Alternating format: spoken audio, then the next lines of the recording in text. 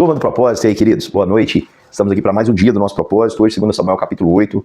Pretendo ser mais rápido possível. O nosso vídeo acabou saindo aí um pouquinho mais tarde hoje, devido às nossas inúmeras atividades. E é um prazer estar aqui com você. E nós vamos meditar na palavra de Deus. Lembrando que o nosso propósito consiste em ler um capítulo da Bíblia por dia, orar todos os dias e tentar mudar. Vamos lá para 2 Samuel, capítulo 8, fala sobre as diversas vitórias de Davi. O que me chama a atenção desse texto é que Davi, ele ia avançando. O texto já começa dizendo que Davi tomava iniciativa. Depois disso, depois que Davi teve a confirmação de Deus que sua casa seria abençoada, que o seu trono permaneceria, ele não temeu nenhum adversário, ele avançou e atacou. E aqui o texto vai nos mostrar que Davi simplesmente atacou e subjugou todas as nações que afligiam a Israel, que já haviam afligido Israel até aqui. Desde a sua saída do Egito até o atual momento, Davi vai punir essas nações. Ele vai derrotar os filisteus, vai tomar o controle de regiões. O texto vai nos falar que ele pune os moabitas, uma punição diferente. O versículo 2 vai dizer que os homens que foram encontrados em 2 medidas foram mortos e uma terceira medida foram poupados. E eles foram submetidos a trabalhos, a servirem ali os israelitas. Nós não sabemos, os moabitas tinham até uma boa relação neste contexto aqui, mas aconteceu alguma coisa que a Bíblia não nos revela e Davi os puniu dessa forma. Por que matar 2 terços e poupar um? Isso significa, meu querido irmão, que Davi estava dosando a justiça e a misericórdia. Ele poderia muito bem acabar com os moabitas, mas ele escolheu poupar aí alguns. Diz o texto também que ele vai lutar contra Hadadezer, ou Hadadezer. Ele queria dominar o rio Eufrates ali, era uma rota importante para a Mesopotâmia, e ele vai destruir. E não só isso, ele vai tomar 700 cavaleiros, 20 mil soldados de infantaria, vai tomar para si, e mutilou os cavalos desse homem, com exceção de 100. Davi realmente teve uma vitória estrondosa. Vai fazer com que os sírios também sejam subjugados. Os sírios vão pagar tributo. Ele vai subjugar Edom. Vamos lembrar que os edomitas não deixaram o povo passar ali durante o período do deserto. Na travessia do deserto, não permitiram que eles passassem. Ele vai subjugar Edom. Vai ter alianças ao seu favor, né? O Toi, que era um rei arameu, assim como Hadadezer, ele era oprimido por Hadadezer. E ele leva oferta ali a Davi, ouro, prata, e Davi ia acumulando muitos despojos de guerra. Davi também vai lutar contra os amonitas, vai derrotar a muitos, vai matar, por exemplo, aqui no texto vai dizer, versículo 13, que ele ficou ainda mais famoso porque matou 18 mil homens no Vale do Sol. Lá no versículo 5 vai dizer que Davi matou 22 mil homens entre os sírios de Damasco. Então, meu querido irmão, o que nós vemos aqui? Que Deus resolveu fazer Davi um vencedor. Esse capítulo 8 mostra as vitórias de Davi sobre os inimigos. Deus quer que a gente avance também, lembrando que a nossa luta hoje não é contra carne ou sangue, como foi a de Davi, mas a nossa luta hoje tem um sentido espiritual. Nós não podemos temer o nosso adversário que se levanta. Nós precisamos parecer com Jesus, que com amor venceu o mundo. Não teve medo do mundo, das afrontas, das humilhações, das perseguições, e ele veio demonstrar esse amor, e nós também precisamos carregar esse amor e não temer as ameaças. A nossa luta ela não é contra carne ou sangue. E aí eu quero trazer algumas mensagens para você desse texto. Diz o texto aí, versículo de número 6, diz assim: o Senhor dava vitórias a Davi por onde quer que ele ia. Davi ia e o Senhor dava vitórias. Meu querido irmão, Jesus, ao terminar o seu ministério, ele diz para os seus discípulos: ide e fazei discípulos de todas as nações. O Senhor tem uma bênção para nós, uma vitória para nós, enquanto nós decidimos ir. E ir não significa deslocar da sua cultura para uma outra cultura, um outro país, mas é decidir colocar em prática. A melhor tradução para a ordem de Jesus, ide e pregar o evangelho, ela fica feia no português, mas é estando indo. Ou seja, enquanto você vive, você tem que ir. Não espera ir para outro lugar, um local totalmente diferente. Não, estando indo. Enquanto você vive, pregue o evangelho. Enquanto você vive, meu irmão, não tema aqueles que se opõem a você por causa de Jesus Cristo. Avance, porque o Senhor vai dar vitória a você, como ele deu a Davi, enquanto Davi estava procurando fazer a sua vontade. Então, se você procura fazer a vontade de Deus, pode ter certeza, meu irmão, Deus te dará a vitória em todo o seu propósito. Nós vemos aqui também que Davi tinha a atitude de tudo que recebia consagrar ao Senhor. Diz o texto aqui, versículo número 11, que Davi consagrou ao Senhor, juntamente com a prata, o ouro que já havia consagrado de todas as nações que havia subjugado. Ou seja, Davi recebeu a vitória de Deus. Sabe o que ele fez? Ele devolveu a Deus aquela vitória que ele havia dado. Aquelas vitórias se tornaram riquíssimas. Ele acumulou muitas coisas, ele conquistou muitas coisas, mas ele não esqueceu de pegar tudo aquilo e falar: Senhor, o Senhor me deu e da tua mão eu te devolvo. É seu, Senhor. Ele consagra, então, ao Senhor a prata e o ouro que já havia recebido ali, despojado das nações. E aí, meu querido irmão, quero dizer isso para você.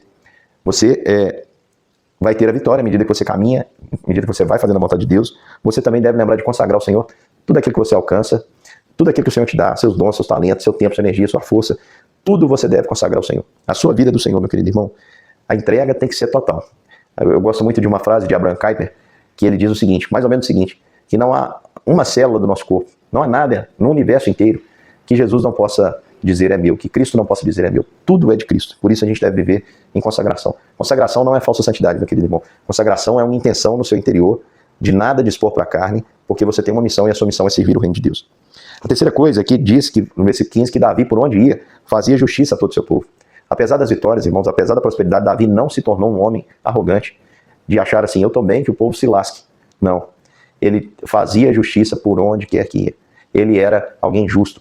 Ele era alguém honesto, alguém de palavra, alguém de caráter, alguém que se importava com as causas do seu povo. E ele cuidava de tudo. Se um povo, naquelas tribos espalhadas, estivesse sendo ameaçado, Davi dava um jeito de julgar a sua causa e de ser bênção na vida. Davi, ele tinha de fato, irmãos, fome e sede de justiça. A palavra de Deus nos diz, na boca de Jesus, que quem tem fome e sede de justiça vai ser farto.